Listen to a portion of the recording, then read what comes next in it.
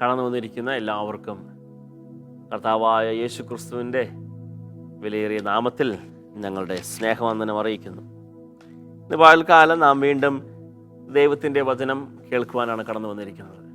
ദൈവത്തിൻ്റെ ആഴമായ വചനം, ദൈവിക സത്യങ്ങൾ നാം തിരിച്ചറിയേണ്ടത് അനവധി നന്മകളുടെ ആവശ്യമാണ്. ഇന്ന് പകൽക്കാലം നാം ഇവിടെ കേട്ടു ദൈവത്തിൻ്റെ മഹത്വം, the glory of Jesus Christ. നമുക്കറിയാം, യോഹന്നാന്റെ സുവിശേഷം 3-ാം അധ്യായം 16-ാം വാക്യത്തിൽ നാം വായിക്കുന്നുണ്ട്, തൻ്റെ ഏകജാതനായ പുത്രൻ വിശ്വസിക്കുന്ന ഏവനും നശിച്ചു പോകാതെ നിത്യജീവൻ പ്രാപിക്കേണ്ടതിന് ദൈവം അവനെ നൽകുവാൻ തക്കവണ്ണം ലോകത്തെ സ്നേഹിച്ചു. ലോകത്തെ സ്നേഹിച്ച, നമ്മെ സ്നേഹിച്ച നമ്മുടെ ദൈവം, ആ ദൈവത്തിൻ്റെ മഹത്വം എത്ര വലിയതാണ് നമുക്കറിയാമോ? നാം വചനത്തിൽ വായിക്കുന്നുണ്ട്, യെശയ്യാവ് എഴുതിയ പുസ്തകം 9-ാം അധ്യായം 6-ാം വാക്യത്തിൽ അവിടെ കാണുന്നുണ്ട് ക്രിസ്തു വീരനാം ദൈവമെന്ന്. എന്തോ ഈ ക്രിസ്തു വീരനാം ദൈവം?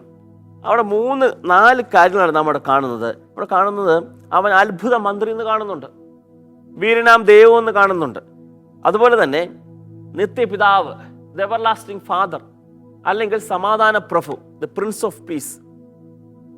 നമ്മുടെ ദൈവം എന്ന് പറയുന്നത് അവൻ വീരനാം ദൈവമാണ്. അത്ഭുതങ്ങൾ പ്രവർത്തിക്കുന്ന നമ്മുടെ ദൈവം, നമ്മുടെ പാപങ്ങളെ ക്ഷമിക്കുന്ന ദൈവം, നമ്മുടെ പാപങ്ങളെ പോക്കുന്ന ദൈവം, നമ്മൾക്ക് രോഗസൗഖ്യം തരുന്ന ദൈവം, നമ്മളെ വിടുവിക്കുന്ന ദൈവം, ശത്രുക്കളുടെ കയ്യിൽ നിന്ന് നമ്മളെ വിടുവിച്ച് നമ്മളെ ക്ഷേമത്തോടെ പോറ്റിപ്പുറത്തുന്ന നമ്മുടെ ദൈവം. ആ ദൈവത്തെയാണ് നാം വിശ്വസിക്കുന്നത്, വെറുതെ മാനുഷിക കൽപ്പനകളെയല്ല.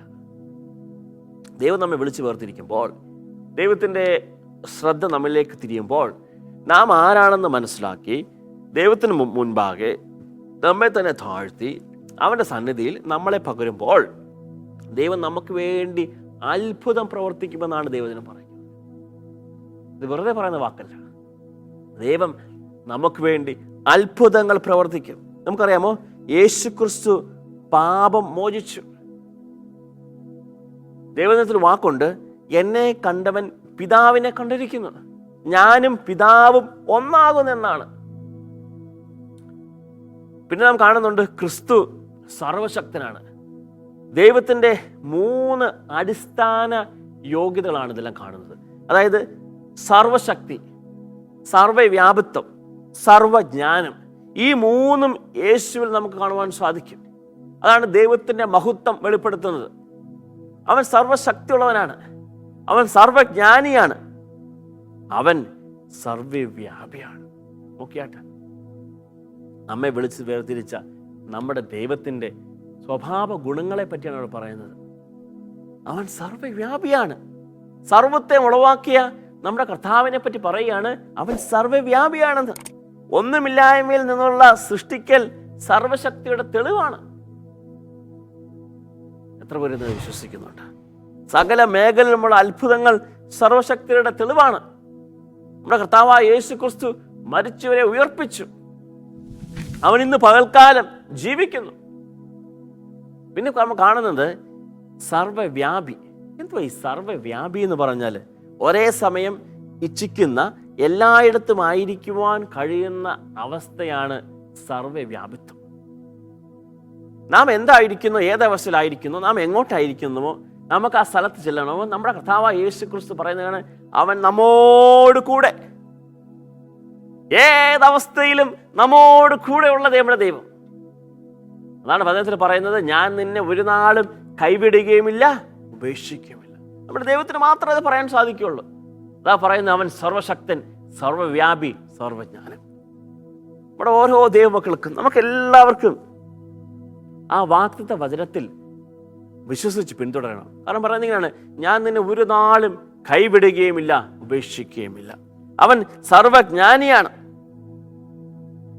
അവന് കർത്താവ്, ദൈവം, ഇമ്മാനുവേൽ എന്ന പേരുകളുണ്ട്. നമ്മുടെ ക്രിസ്തു നിത്യനാണ്.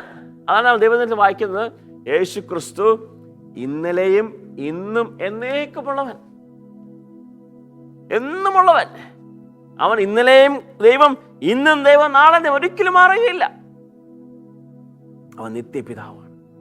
ആ നിത്യപിതാവായ ദൈവത്തെ ആരാധിപ്പാൻ, വിശ്വസിപ്പാനാണ് നാം ഇന്നിവർ കടന്നു വന്നിരിക്കുന്നത്. അനുസരിച്ച് നാം വായിക്കുന്നുണ്ട്, ഞാനാകുന്നു. ദൈവത്തിന് മാത്രം ഉപയോഗിക്കുന്നതും അവിടുത്തെ നിത്യതയും വെളിപ്പെടുത്തുമെന്നാണ് ഞാനാകുന്നു. ഞാനാകുന്നവൻ ഞാനാകുന്നു. ഞാൻ ലോകത്തിൻ്റെ വെളിച്ചമാകുന്നു. ഞാൻ ജീവന്റെ അപ്പമാകുന്നു. ഞാൻ ആടുകളുടെ വാതിലാകുന്നു. ഞാൻ നല്ല ഇടയനാകുന്നു. ഞാൻ തന്നെ പുനരുദ്ധാനവും ജീവനുമാകുന്നു. ഞാൻ തന്നെ വഴിയും സത്യവും ജീവനുമാകുന്നു. ഞാൻ സാക്ഷാൽ മുന്തിരിവള്ളിയാകുന്നു. കേട്ടെ, ഞാൻ സാക്ഷാൽ മുന്തിരിവള്ളിയാകുന്നു. ക്രിസ്തു ന്യായാധിപനാണ്. നമ്മുടെ കർത്താവായ യേശു ക്രിസ്തു ജീവനുള്ള മുന്തിരിവള്ളി. അവനാകുന്നു. ഈ കർത്താവിനെ വിശ്വസിപ്പാൻ, ഈ കർത്താവിനെ ആരാധിപ്പാൻ, ഈ കർത്താവിനെ മഹത്വപ്പെടുത്തുവാൻ ദൈവം നമ്മെ വിളിച്ചു വേർതിരിച്ചിരിക്കുന്നു. എത്ര ഭാഗ്യമുള്ള ദൈവമക്കൾ. അതാണ് പാട്ടിന് പാടിയിരിക്കുന്നത്, ദൈവമക്കളെ നാം എത്ര ഭാഗ്യശാലികൾ. അവൻ്റെ കൃപ, അവൻ്റെ കരുണ ഈ ജീവിതത്തിൽ നമുക്ക് അനുഭവിപ്പാൻ ദൈവം നമ്മളെ വിളിച്ചു വേർതിരിച്ചിരിക്കുന്നു. അതാണ് ഇവിടെ കാണുന്നത്. ന്യായം വിധിക്കുന്നത് ദൈവത്തിന് മാത്രം അധികാരപ്പെട്ടതാണ്. ന്യായവിധി എല്ലാം ചെയ്യുന്നത് ദൈവപുത്രനായ ക്രിസ്തുവാണ്. ഞാൻ വായിക്കുന്നുണ്ട്, ക്രിസ്തുയേശുവിൽ വിശ്വസിക്കുന്നവൻ ദൈവത്തിൽ വിശ്വസിക്കുന്നു. യേശു ക്രിസ്തുവിൽ വിശ്വസിക്കുന്നവന് നിത്യജീവനുണ്ട്. ക്രിസ്തുവിൽ വിശ്വസിക്കുന്നവന് ന്യായവിധി വരികയില്ല. യേശു ക്രിസ്തുവിനെ പകയ്ക്കുന്നവൻ ദൈവത്തെയാണ് പകയ്ക്കുന്നത്. ഇന്ന് എന്നെ കേൾക്കുന്ന ആരെങ്കിലും ഈ ദൈവത്തെ വിശ്വസിക്കാതെയുണ്ടോ? ഈ ദൈവത്തെ യഥാർത്ഥമായി മനസ്സിലാക്കാത്ത ആരെങ്കിലും ഉണ്ടോ? ടി വിയിൽ കൂടി കാണുന്ന, ലാപ്ടോപ്പിൽ കൂടി കാണുന്ന, കമ്പ്യൂട്ടറിൽ കൂടി കാണുന്ന, ഫോണിൽ കൂടി എന്നെ ശ്രവിക്കുന്ന പ്രിയ ദൈവമക്കളെ, ഞാൻ നിങ്ങളോട് ചോദിച്ചാട്ട്, നിങ്ങൾക്ക് ഈ കർത്താവായ യേശു ക്രിസ്തുവിനെ നിങ്ങളുടെ ദൈവമായി അംഗീകരിക്കുവാൻ, നിങ്ങളെ രക്ഷകനായി വിശ്വസിപ്പാൻ, അവൻ പാപങ്ങളെ ക്ഷമിക്കുമെന്ന് വിശ്വസിപ്പാൻ നിങ്ങൾക്ക് മനസ്സുണ്ടോ? ദൈവദിനത്തിൽ വായിക്കുന്ന ഇങ്ങനെയാണ്, ഇപ്പോഴാകുന്നു സുപ്രസാദകാലം. ഇന്നത്തെ അടുത്ത നിമിഷം നമുക്കുള്ളതാണ് നമുക്കറിയത്തില്ല. നാളെ നമുക്കുള്ളതെന്ന് അറിയത്തില്ല. നിങ്ങൾ ഇന്ന് ദൈവത്തിന്റെ മാറ്റമില്ലാത്ത സത്യവചനം, ഒരിക്കലും നീങ്ങി പോകാത്ത വചനം നിങ്ങളിന്ന് കേട്ടു. എത്ര പേർക്ക് അത് ചെവിക്കൊടുക്കുവാൻ ആഗ്രഹിക്കുന്നുണ്ട്? എത്ര പേർക്ക് അത് വിശ്വസിപ്പാൻ ആഗ്രഹിക്കുന്നുണ്ട്? വായിച്ചതിങ്ങനെയാണ്, യേശു ക്രിസ്തുവിൽ വിശ്വസിക്കുന്നവൻ ദൈവത്തിൽ വിശ്വസിക്കുന്നു. യേശു ക്രിസ്തുവിൽ വിശ്വസിക്കുന്നവന് നിത്യജീവനുണ്ട്. യേശു ക്രിസ്തുവിൽ വിശ്വസിക്കുന്നവന് ന്യായവിധി വരികയില്ല.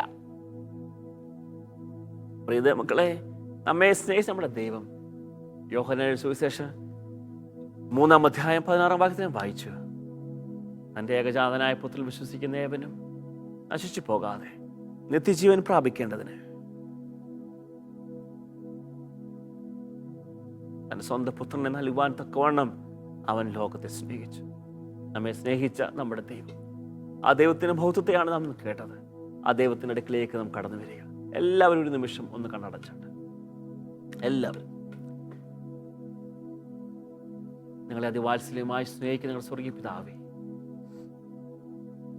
അങ്ങ് സർവ്വവ്യാപിയാണ്, അങ്ങ് സർവ്വജ്ഞാനിയാണ്, അങ്ങ് സർവശക്തനാണ്, അങ്ങ് വീരനാം ദൈവമാണ്. ഈ ദൈവത്തെ വിശ്വസിപ്പാൻ അങ്ങ് ഞങ്ങളെ വിളിച്ചു വേർതിരിച്ചതിനായി സ്തോത്രം.